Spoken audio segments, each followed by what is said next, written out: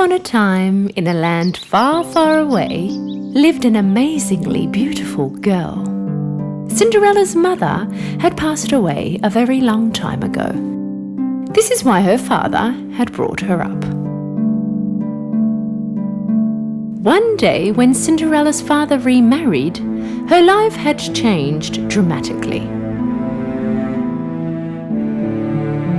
Her father's new wife and her 2 stepsisters had moved to Cinderella's house. Since the first time they met, her stepmother couldn't stand the sight of Cinderella. She and her 2 daughters were extremely jealous of Cinderella's beauty and kind heart. Cinderella's stepsisters were not beautiful as she was, and besides, they were rude and spoilt. One day, due to work reasons, Cinderella's father had to leave on a long journey. And that was the time when Cinderella's stepmother and stepsisters turned her life into a living hell. While Cinderella was in the garden talking to her very beloved birds, her stepmother approached her. As of today, you will live in the attic. You will do all the housework. Also, I don't want you walking around in these clothes. Cinderella didn't know what to say. Helplessly, she did what she was told. She packed her stuff and moved to the attic. After that day, Cinderella began to do all the housework all on her own. She used to get very tired, but neither her stepmother or her stepsisters felt sorry for her. Wipe the floor again. Can't you see it's still dusty? You haven't done the laundry. I have nothing proper to wear. Cinderella had no friends other than the mice and the birds that used to come to her window. Due to the cold, secretly at night time, Cinderella would go downstairs to the chimney and warm up near the dying fire and fall asleep. As the days went on by, one day in the town, an announcement was made by the kingdom. Our prince will be holding a ball at the castle. All the girls who are eligible for marriage are invited to this ball. As soon as the stepsisters heard about this invitation, they ran home and told their mother. You will be the most beautiful girls at the ball. The prince must pick one of you. That way we will all live in the palace, right, Mother? We must get some gowns and shoes for you girls. Move along, we're going shopping. The stepmother and stepsisters left the house. Hearing all that was talked about, with a sad face, Cinderella stood there and watched. The preparations went on for days. Both the stepsisters had their gowns sewn.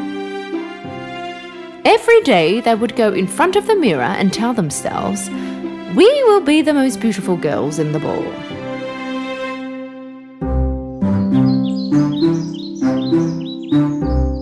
Finally, the big day had arrived. The stepsisters had woken up very early that morning, and so they called Cinderella. Cinderella, Cinderella, hurry and come here. Where have you been? Hurry and prepare our bath. All day, Cinderella helped her stepsisters get ready. Hey, brush it gently. You're going to pull it out. Towards the evening, they had finished all their preparations for the ball. You look beautiful, girls. Just beautiful. Cinderella built up all her courage and asked her stepmother, "Can I come to the ball too, please?" "Who, you?" "Yes, well, it says that all the young girls can come." Is this your dress for the ball? The prince is looking for a wife, not for a maid, my dear. Come on, girls, let's not be late for the ball. And you make sure that you've finished all the chores before you go to bed. Her stepmother and her stepsisters made their way to the castle. And all on her own at home, Cinderella began to cry. Why can't I go to the castle too? If my parents were here, none of this would have happened. Right at that moment, a very bright light appeared. At first, Cinderella did not understand what it was. She was staring at the light. Then suddenly, a beautiful fairy appeared in the middle of the light. My beautiful Cinderella, don't cry. You too will go to the ball at the castle. Cinderella could not believe her eyes. She asked in shock, Can I go? Just look at me. Do not worry. I'm here to help you. Now bring me a pumpkin and 7 mice. Cinderella could not understand why she wanted these things, but still she did as she was told. First, she went to the kitchen and grabbed a big pumpkin. Then she went to the attic, got her mice friends, and went down again. With her magic wand, the fairy turned the pumpkin into a beautiful horse carriage. Then she turned to the mice. One of them turned into the driver, and the other 6 of them turned into beautiful white horses. Amazed as she was, Cinderella was looking at the horse carriage. The fairy turned to her. When she touched her with the magic wand, Cinderella's old dress turned into a beautiful ball gown.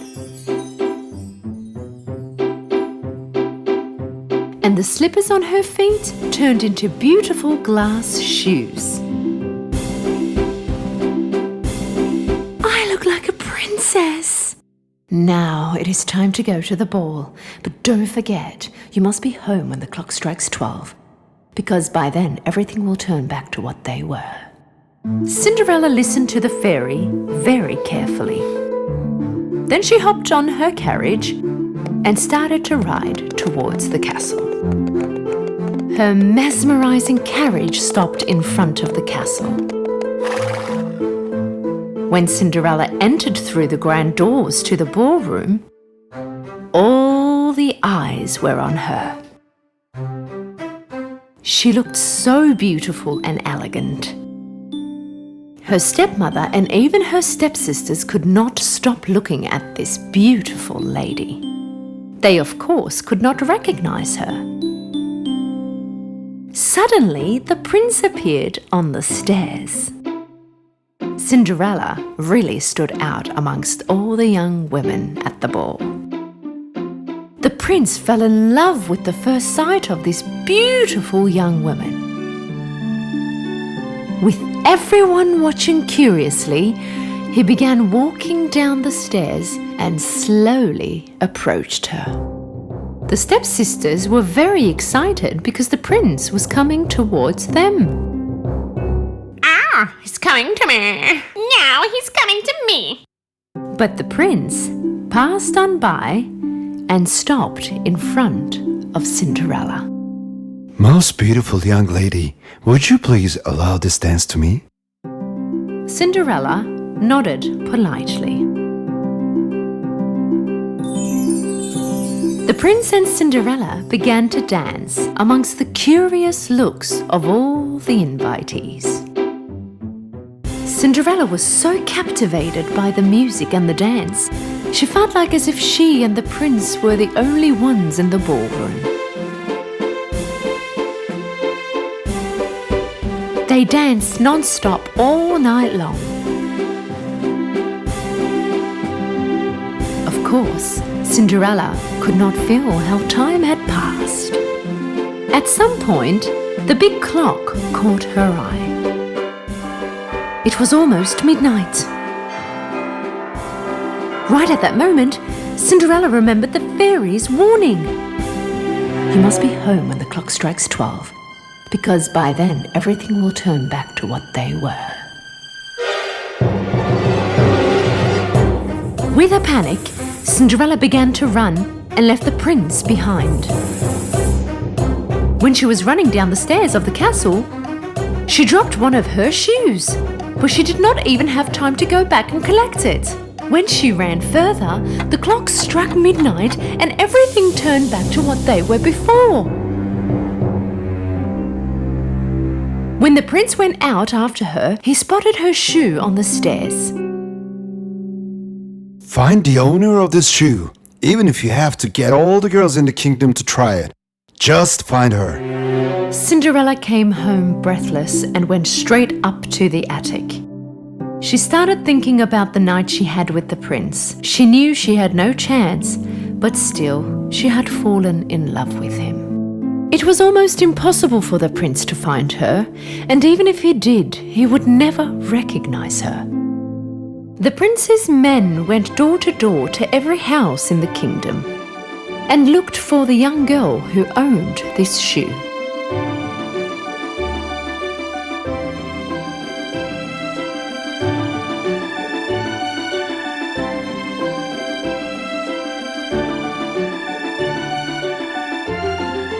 But the shoe did not fit any of these girls.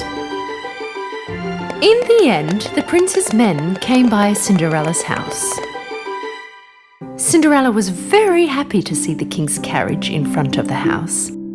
Right when she was about to leave her room, her stepmother appeared at the door.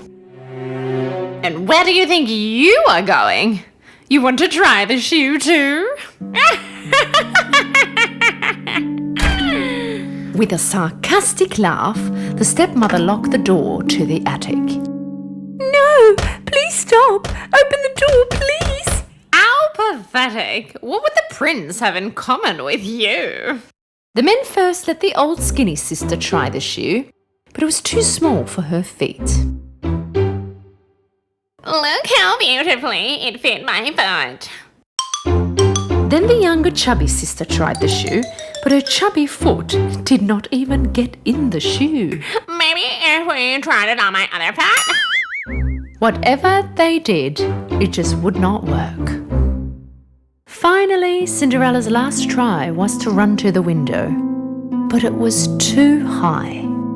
So she began crying. Seeing her crying, her mice friends came next to her. My stepmom locked me in. She must have the key. One of the mice slipped underneath the door and ran downstairs. The stepmother was at the door with the prince's men. Why don't you come tomorrow? Today they are a little tired. Their feet must be swollen. The mouse jumped on the stepmother's skirt and, snatching the keys out of her pocket, ran upstairs. He slipped the keys under the door. Cinderella was very happy when she saw the key. Opening the door, she ran down as fast as she could. How did you get out? Please stop, don't go. I want to try the shoe too. The stepmother and her two daughters started to laugh hysterically. Please shush. It is the prince's orders that every girl in the kingdom must try the shoe. When Cinderella tried the shoe on, everybody was in shock because it fitted her perfectly. Young lady, are you the owner of this shoe? Cinderella nodded to confirm. Please come to the palace with us. Cinderella went to the castle with the prince's men, and they took her in front of the prince. Right when he looked in her eyes, the prince knew it was her who danced with him that night. He held her hands. I finally found you, my princess. Would you marry me? With teary eyes from happiness, she accepted the prince's offer. They got married and lived happily ever after.